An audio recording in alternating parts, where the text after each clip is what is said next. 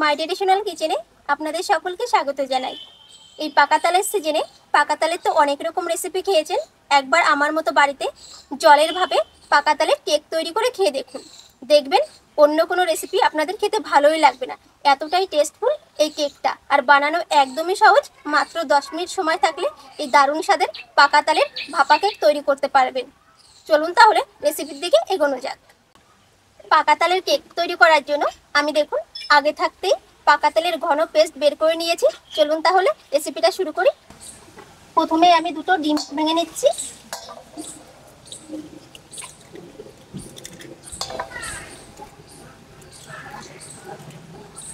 আপনাদেরকে বোঝানোর সুবিধার্থে আজকের কেকটা কিন্তু আমি এই কাপটা মেপে করব। তো এই কাপের 1 কাপ দানা চিনি আমি গুঁড়ো করে নিয়েছি।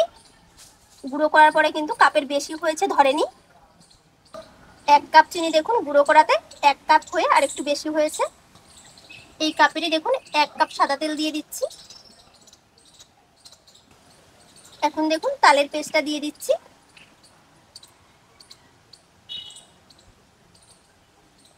এখন সমস্ত উপকরণটিকে আমি একবার ভালো করে মিশিয়ে নিচ্ছি। ভালো করে দেখুন হ্যান্ড হুইল দিয়ে এই যে ফেটিয়ে নিয়েছি। এই কাপের দেখুন এখন 2 কাপ ময়দা দিয়ে দিচ্ছি।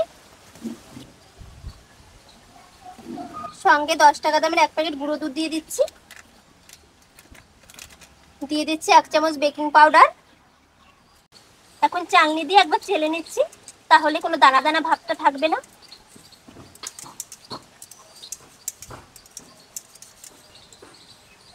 এখন আবার একবার ভালো করে মিশিয়ে নেব।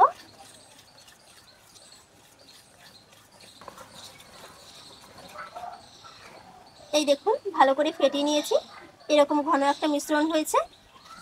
আজকের কেকটা আমি এই বাটির ভিতরে করব। তো বাটার পেপারের বদলে আমি এই সাদা তেল লাগিয়ে নিচ্ছি। বাটার পেপার যদি না থাকে হাতের কাছে তাহলে এইভাবে করবেন, দেখবেন কেকটা সুন্দর উঠে আসবে। তেলটা লাগানোর পরে এই যে ময়দার গুঁড়ো ছিটিয়ে দিচ্ছি।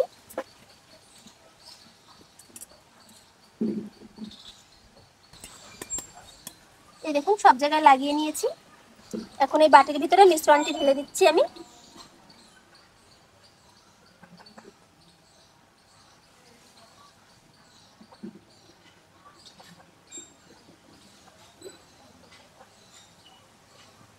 মিশ্রণটা দেখুন বাটির 1 ইঞ্চি ফাঁকা রেখেছি, কেকটা কিন্তু পরে ফুলে যাবে।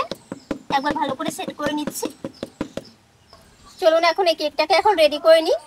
আমি এখানে কড়াইতে জল গরম বসিয়ে দিয়েছি। এখন এর উপরে একটা ফুটো ফুটো থালা বসিয়ে দিলাম। তার উপরে এই যে কেকের বাটিটা বসিয়ে দিচ্ছি।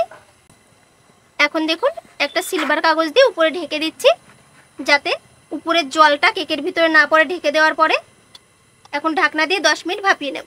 10 মিনিট হয়ে গেছে। দেখুন আমি একবার ঢাকনাটা চেঞ্জ করে দিয়েছি। ঢাকনাটা কিন্তু বাটির সঙ্গে হিসে যাচ্ছিল, কেকটা ফুলতে পারতো না, তাই আমি চেঞ্জ করে দিয়েছিলাম। এখন আস্তে আস্তে আমি উপরের কাপলাটা তুলে নিচ্ছি। এই দেখুন কেকটা কতটা সুন্দর ফুলে গেছে, মাঝখানে ফেটেও গেছে, এতটা সুন্দর হয়েছে। দেখুন কালারটাও কতটা সুন্দর এসছে। উপরে একটা কালার এসছে, ভিতরে একটা কালার এসছে। এখন একটা স্টিকের সাহায্যে চেক করে দেখবো কেকটা হয়েছে কিনা। দেখুন মাঝ বরাবর আমি ঢুকিয়ে দিচ্ছি। এই দেখুন স্টিকের গায়ে কিন্তু একটুও লেগেনি। স্টিকের গায়ে যদি ব্যাটারটা লেগে থাকতো তাহলে কেকটা রেডি হতো না। তো কেকটা রেডি হয়ে গেছে, এখন নামিয়ে নেব। কেকটাকে দেখুন এই যে নামিয়ে নিচ্ছি। দেখুন কতটা সহজে কেকটা উঠে আসলো। এই দেখুন কতটা সুন্দর হয়েছে কেকটাই। দেখুন কেকটা দেখুন কতটা নরম আর কতটা বাউন্সি হয়েছে। দেখুন কেকটাকে এখন কেটে নিচ্ছি।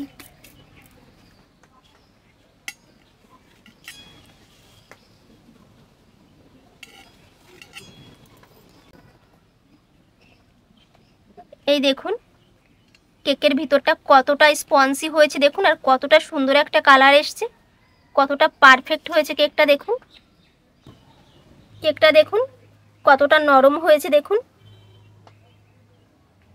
দেখুন আপনাদেরকে ছিঁড়েও দেখাচ্ছি। এই দেখুন দেখুন ভিতরটা কতটা সুন্দর হয়েছে, কত সুন্দর জালিদার হয়েছে। একবার দেখুন